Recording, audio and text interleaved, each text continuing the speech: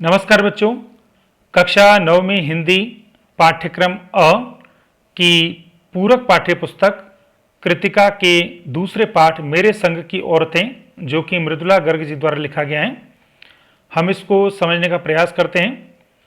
इस पाठ में लेखिका ने यह बताया गया है कि उनके जीवन के व्यक्तित्व में किन किन औरतों ने उसमें निर्माण दिया है, अर्थात योगदान दिया है, अर्थात उनके जीवन में कौन कौन सी औरतें ऐसी हैं, महिलाएं ऐसी हैं या स्त्रियां कौन कौन सी हैं जिनके व्यक्तित्व की छाप इनके व्यक्तित्व पर पड़ी।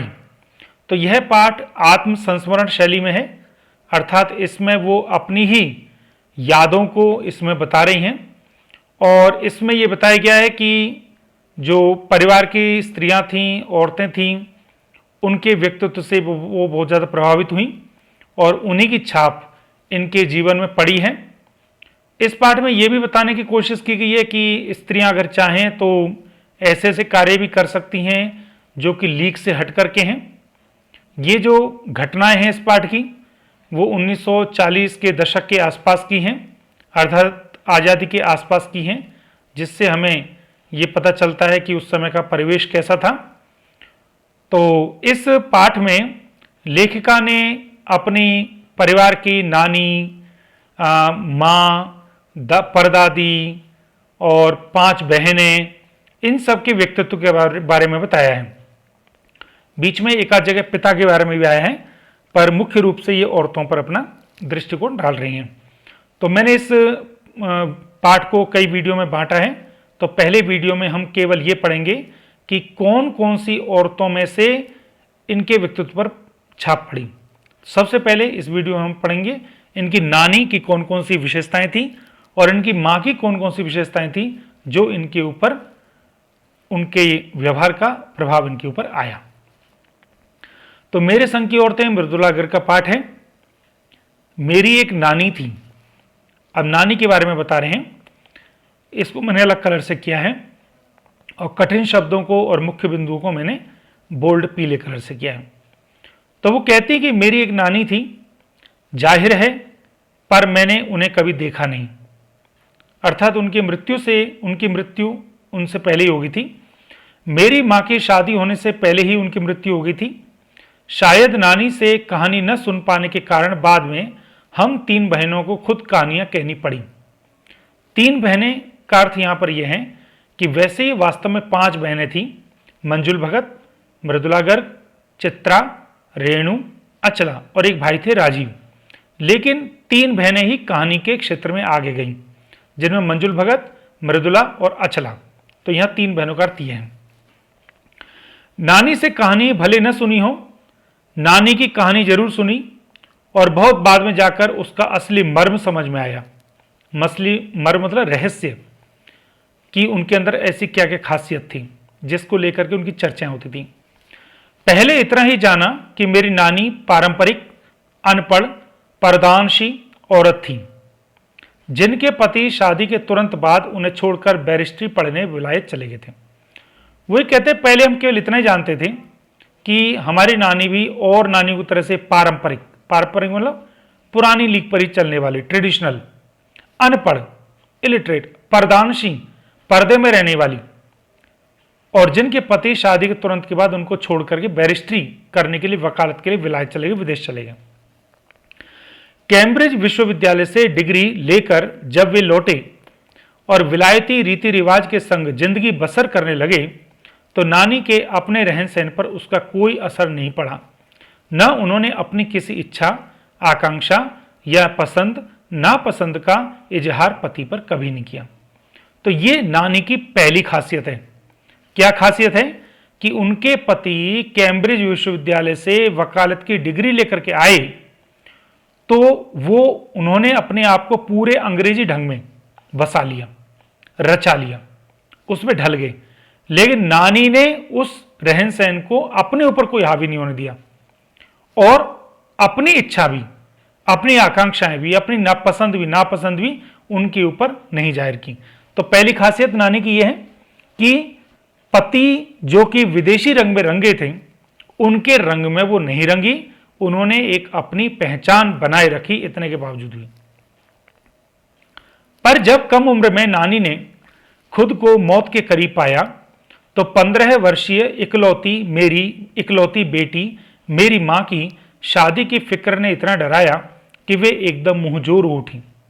अब वो कहते जब उन्हें ऐसा लगा कि मेरी मृत्यु होने वाली है तो मेरी मां, जो कि उस समय लगभग 15 साल की थी, उन्हें उनकी शादी की चिंता हुई तो वो एकदम मुंहजोर हो उठी। मुंहजोर मतलब वैसे तो चुप रहती थी, पर्दे में रहती थी, लेकिन उस समय वो ज्यादा मुखर हो गई, ज्यादा स्पष्ट हो गई, बोलने वाली हो गई।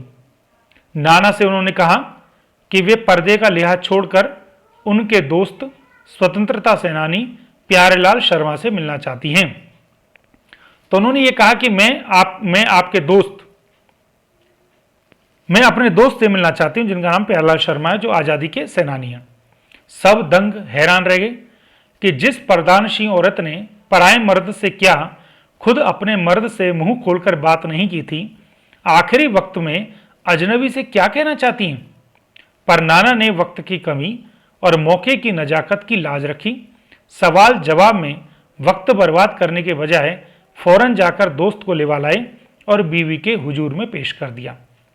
अब जो इनकी मां थी, जो इनकी नानी थी, वो बिल्कुल घर में पारंपरिक औरत की तरह से रहती थी, लेकिन उन्होंने एक अपनी इच्छा रखी कि मुझे अपने दोस्त से मिलना है, पुरुष मित्र से। अब लोगों को एकदम आश्चर्य कि जो कभी अपने पति से भी नहीं बोलती थी, वो अपने दोस्त से मिलना चाहती है।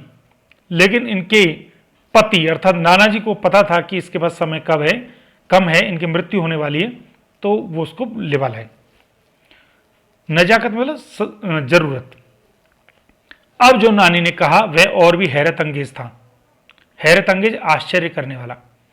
उन्होंने कहा, वचन दीजिए कि मेरी लड़की के लिए वर आप तय करेंगे। वर मतलब दूल्हा। मेरे पति तो साहब हैं और मैं नहीं चाहती मेरी बेटी की शादी साहबों के फरमाबरदार से हो। उन्होंने उससे क्या बोला? उन्होंने उससे बोला, मेरी लड़की के लिए शादी आप तय करेंगे। मेरे पति तो साहब हैं, मतलब ऑफिसर हैं, और मैं नहीं चाहती मेरी बेटी की शादी ऑफिसर के ऐसे लोगों से हो जो कि केवल साहबों की फरमानों को ही मानते हैं। तो उन्होंने क्या बोला, आप अपनी तरह आजादी का सिपाही ढूंढकर उसकी शादी करवा दीजिए। कौन कह सकता था कि अपनी आजादी से पूरी तरह बेखबर उस औरत के मन में देश की आजादी के लिए ऐसा जुनून होगा। तो हम ये कह सकते हैं, दूसरी बात, पहली बात नानी की ये थी कि वो अपने व्यक्तित्व को किसी के ऊपर नहीं थोपती थी और ना ही दूसरे के व्यक्तित्व में अपने आप को समा लेती थी। जैसे कि उनके पति विलायत से आए थे, अंग्रेजी कल्चर को स्वीकार करते थे, फिर भी उन्होंने अपने आप को उस कल्चर में नहीं रंगा। और दूसरी खासियत ये थी कि उनके मन में देश की आज़ादी के लिए देखो कितना जुनून था कि वो अपनी बेटी की शादी एक बड़े ऑफिसर से नहीं बल्कि एक आज़ादी के सेनानी या सिपाही से करवाना चाहती थी। बाद में मेरी समझ में आया कि दरअसल वे निजी जीवन में भी काफी आजाद ख्याल रही होंगी। ठीक है, उन्होंने नाना की जिंदगी में कोई दखल नहीं दिया, न उसमें साझेदारी की, पर अपनी जिंदगी को अपने ढंग से जीती जरूर रही होंगी। पारंपरिक, घरेलू, उबाऊ और खामोश जिंदगी जीने में आज के हिसाब से क्रांतिकारी चाहे कुछ न रहा हो, दूसरे की तरह जीने के लिए मजबूर न होने में असली आज़ादी कुछ ज़्यादा ही थी।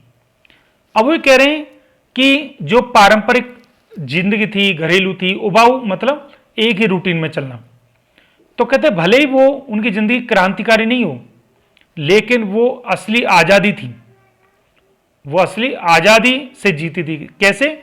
क्योंकि वो दूसरे की तरह जीने के लिए मजबूर नहीं थी, उनके खुद के एक स्टैंडर्ड्स थे, मानक थे।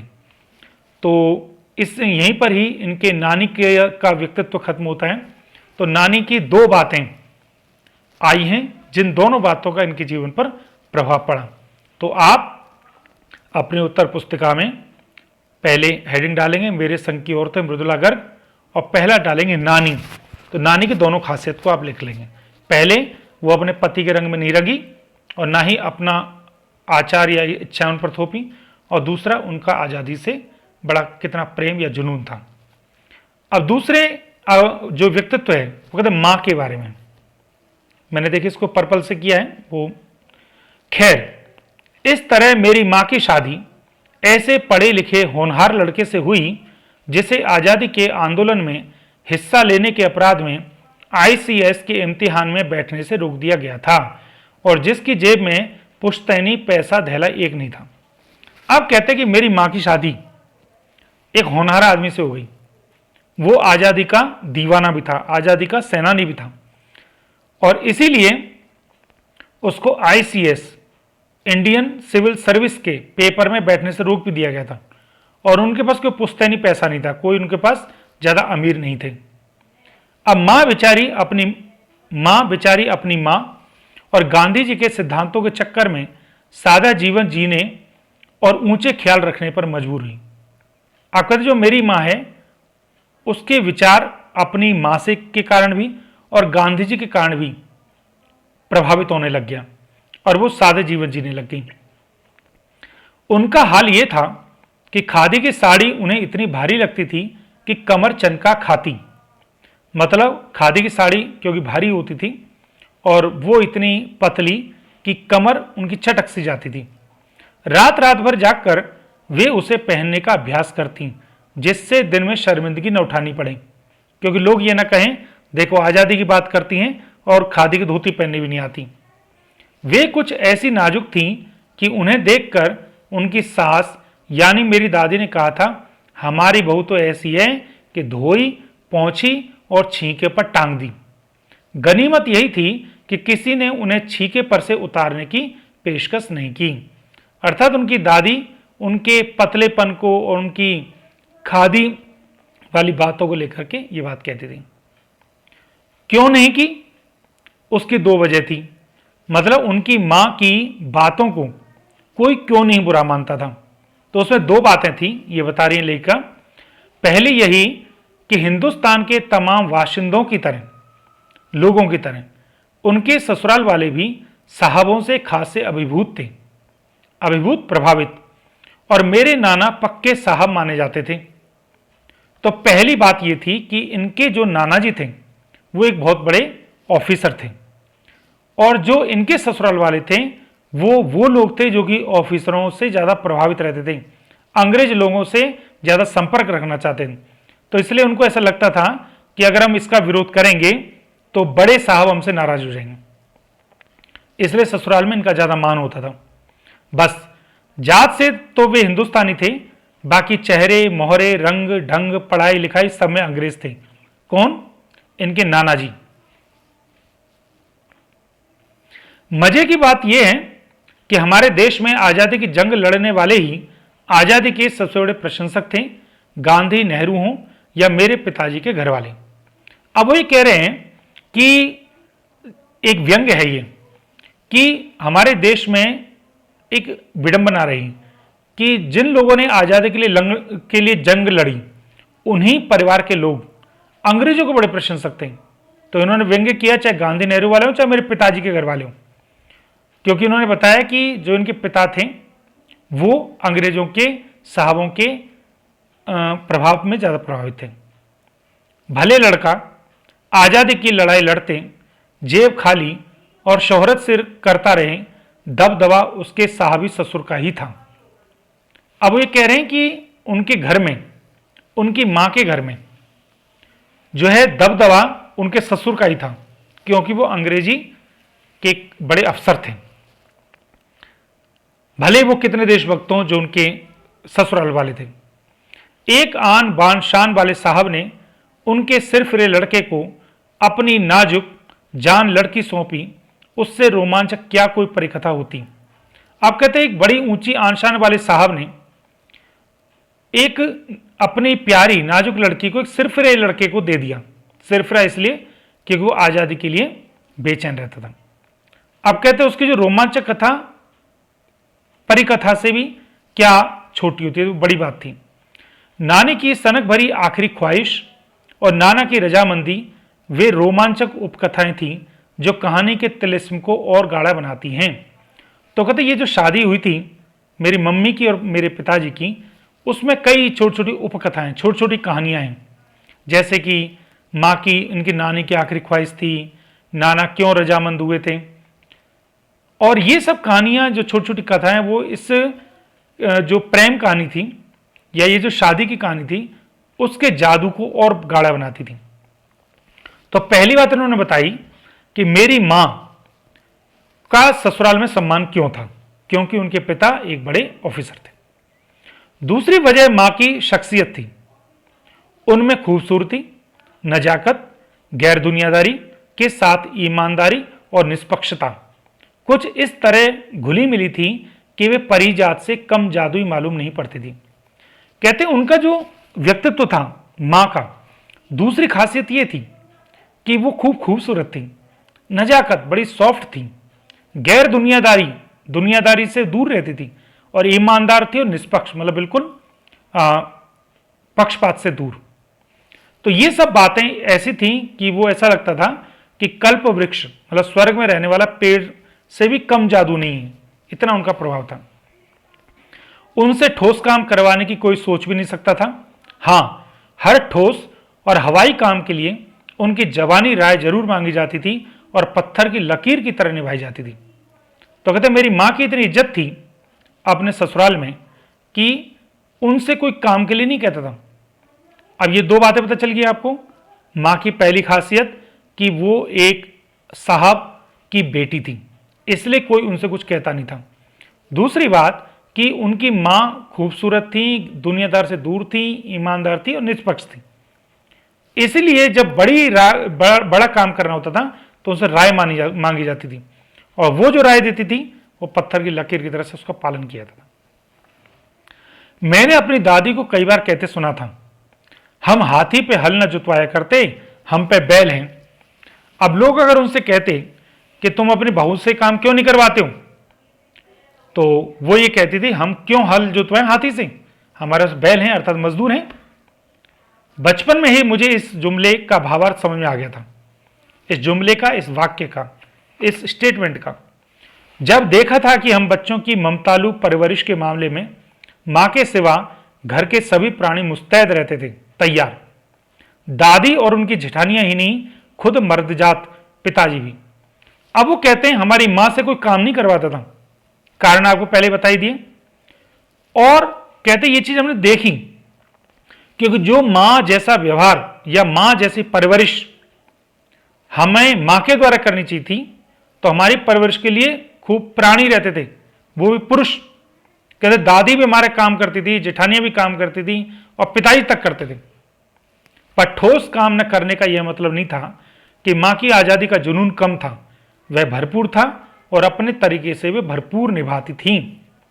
कहते मेरी मां की एक खासियत यह भी थी, वो आजादी वाले विचारों की थी और वो उसको उसी ढंग से निभाती थी। जाहिर है जब जुनून आजादी का हो तो उसे निभाना भी आजादी से चाहिए, जिस तिस से पूछकर, उसके तरीके से नहीं, खुद अपने तरीके से। हमने अपनी मां को कभी भारतीय मां जैसा नहीं पाया, न उन्होंने कभी हमें लाड़ किया, न हमारे लिए खाना पकाया और न अच्छी पत्नी बहू होने की सीख दी। कुछ अपनी बीमारी के चलते भी वे घर बार नहीं संभाल पाती थी, पर उसमें ज्यादा हाथ उनकी अरुचि का था। कहते हमारी मां ने वो चीजें नहीं की जो कि एक ट्रेडिशनल मां करती हैं।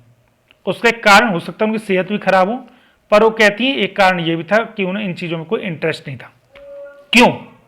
उनका ज्यादा वक्त किताबें पढ़ने में बीतता था, बाकी वक्त साहित्य चर्चा में या संगीत सुनने में, और वे ये सब बिस्तर पर लेटे लेटे किया करती थीं।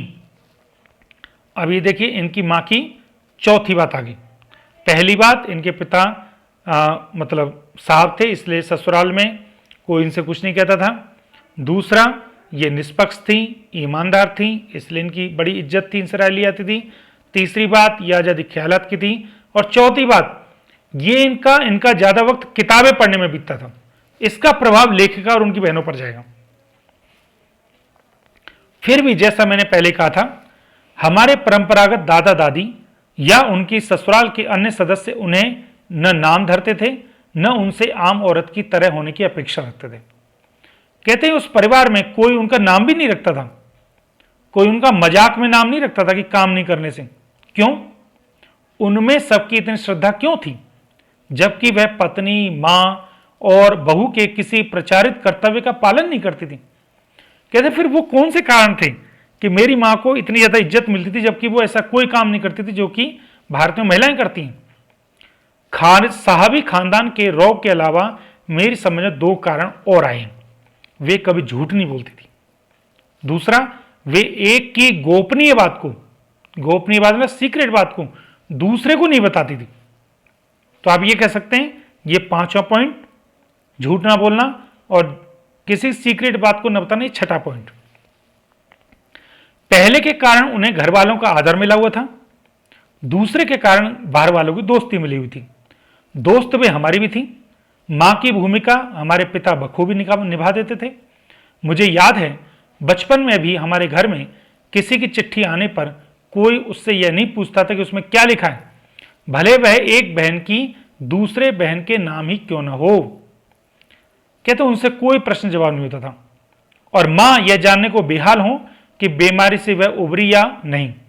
छोटे से घर में 6 बच्चों के साथ सास ससुर आदि के रहते हुए भी हर व्यक्ति को अपना निजत्व बनाए रखने की छूट थी। निजत्व मतलब अपनी प्राइवेसी, ओन राइट, अपने अधिकार। इसी निजत्व बनाए रखने की छूट का फायदा उठाकर हम 3 बहनें और छोटा भाई लेखन के हवाले हो गए। आपको बताया मैंने, इनकी 5 बहनें थीं और एक भाई था। कुल ये 6 लोग थे, लेकिन 2 बहनें रेणु और चित्रा, ये दोनों लेखन में नहीं आ पाई थी। तो ये इनकी मां का या इनके परिवार का 7वां पॉइंट था कि इनको निजत्व की छूट थी, मतलब अपना अधिकार की छूट थी, वो जो चाहे वो करें, इसीलिए ये लेखक भी बनी। तो मुझे पूरी उम्मीद है कि आपको यह पता चल रहा होगा कि लेखिका मृदुला गर्ग के परिवार की कौन कौन सी औरतों के किस किस खासियत का प्रभाव उनके व्यक्तित्व पर पड़ रहा है। जैसे नानी की 2 खासियत, पहला, वो किसी के व्यक्तित्व से प्रभावित नहीं होती थी और खुद आजाद ख्याल थी, और दूसरा, उन्हें स्वतंत्रता प्रेमी और आजादी के सेनानियों से प्रेम था। और जब इनकी माँ की बात करें तो उनकी माँ की खासियत थी कि उनके पिता एक साहब थे, इसलिए कोई उनसे कुछ नहीं कहता था। दूसरा, वो ईमानदार थी और निष्पक्ष थी। तीसरा, वो अपनी आज़ादी को बरकरार रखती थी। और चौथा, वो उनका समय ज़्यादातर पढ़ाई में बीतता था। पांचवा ये कि वो कभी झूठ नहीं बोलती थी। और छठा, वो किसी भी सीक्रेट बात को दूसरे को नहीं ट्रांसफर करती थी या बताती थी। और 7वां, उन्होंने अपने घर में एक ऐसा माहौल रख रखा था जिसमें हर एक व्यक्ति को अपना अधिकार मिला हुआ था, प्राइवेसी का या निजता का। तो इन सब बातों का प्रभाव लेखिका पर पड़ रहा है। तो इस वीडियो को हम यहीं विराम देते हैं। अगले वीडियो में हम इन्हीं के परिवार की परदादी की विशेषताओं को पढ़ेंगे, उन विशेषताओं को जिन सभी विशेषताओं का प्रभाव लेखिका मृदुला गर्ग के जीवन पर पड़ा। बहुत बहुत धन्यवाद। जय हिंद।